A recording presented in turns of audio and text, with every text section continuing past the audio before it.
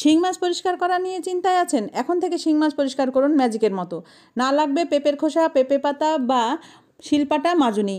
আমরা কিন্তু অনেকভাবেই শিং মাছ পরিষ্কার করে থাকি, কিন্তু আপনারা সব থেকে নিরাপদ উপায়ে এবং মাছের স্বাদ গন্ধ অটুট রেখে কীভাবে শিং মাছ পরিষ্কার করবেন দেখে নিন। বন্ধুরা, এভাবে শিং মাছ পরিষ্কার করলে শিং মাছ যেমন খেতেও সুস্বাদু হবে, তেমনি দ্রুতও কিন্তু মাছটা পরিষ্কার হয়ে যাবে। তার জন্য শুধুমাত্র একটি টিপস অবলম্বন করতে হবে। আমরা দেখা যায় যে চুন দিয়ে শিং মাছ পরিষ্কার করি, এটা কিন্তু খুবই খারাপ, কারণ মাছের গুণগত মান কিন্তু একেবারে নষ্ট করে দেয়। মাছ নরম হয়ে যায়, এটা রান্না করতে গেলেও কিন্তু আর সেই স্বাদটা পাওয়া যায় না। তাই এগুলো আপনারা কিভাবে পরিষ্কার করবেন দেখে নিন। এখানে আমি নিয়েছি দুটো শিং মাছ, কালো কুচকুচে শিং মাছ। এই শিং মাছ দুটো পরিষ্কার করে আমি দেখাবো। এভাবে কিন্তু আপনারা কেজি কেজি শিং মাছ পরিষ্কার করতে পারবেন মাত্র 1 সেকেন্ডে। আমি এবারে শিং মাছ ভালো করে পরিষ্কার করে নিয়েছি এবং কেটে নিয়েছি। নেওয়ার পরে এবারে যেটা করব, আমি এখানে ব্যবহার করছি এমন একটা জিনিস যা কিন্তু আমাদের সবার বাসাতেই দেখা যায় আছে, না থাকলেও কিন্তু আমাদের সবার বাড়ির আশেপাশেই এটা দেখতে পাওয়া যায়।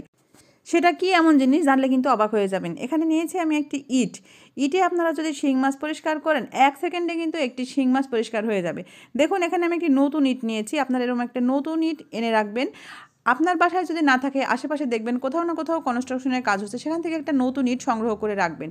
তারপরে এই শিং মাছটা একটুখানি ঘষা দেবেন, কোনো কিছু করা লাগবে না। এখানে লবণ দিয়ে মাখিয়েও রাখা লাগবে না, কিছুই করা লাগবে না। শুধুমাত্র একটু করে পানি দেবেন আর এভাবে ঘষে নেবেন।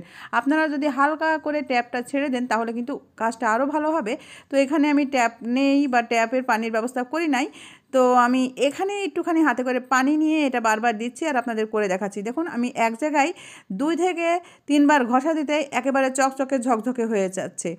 এই শিং মাছ পরিষ্কার করা নিয়ে আপনাদের আর চিন্তা করতে হবে না। আপনারা ভাবছেন যে এর থেকে পেঁপের খোসা দিয়ে শিং মাছ পরিষ্কার করা সহজ হবে।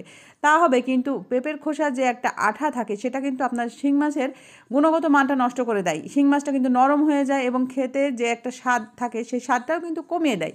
তাই আপনারা এভাবে যদি ইটে শিং মাছ পরিষ্কার করেন তাহলে দেখবেন কত সুন্দর পরিষ্কার হয়।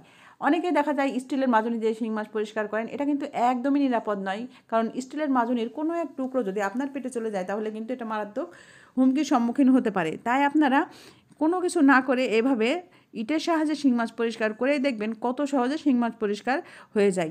শিলপাটা শিং মাছ পরিষ্কার করলে যেটা হয়, আমরা কিন্তু অনেক সময় শিলপাটায় ভর্তা করে খাই, মশলা করে খাই, কিন্তু এই মাছ পরিষ্কার করলে শিলপাটাটা আষ্টে গন্ধ হয়ে যায়। যত ধুই না কেন কেন যেন রুচিতে আসে না। তাই আপনারা যদি এরকম একটি ইট সংগ্রহ করে রাখেন, এভাবে আপনারা মাছটা ধুয়ে নিলাম, আবার ইটটা আবার ধুয়ে যদি যত্ন করে রেখে দেন, পরবর্তীতে আবারও মাছ কিন্তু এভাবে ঘষে পরিষ্কার করে নিতে পারবেন।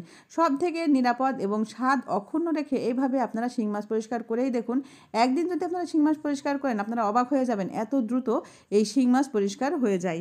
তো আশা করছি ছোট্ট এই টিপসটি আপনাদের কাজে দেবে। ভিডিওটি ভালো লাগলে শেয়ার করে দেবেন। সবাই ভালো থাকবেন। আল্লাহ হাফেজ। আসসালামু আলাইকুম।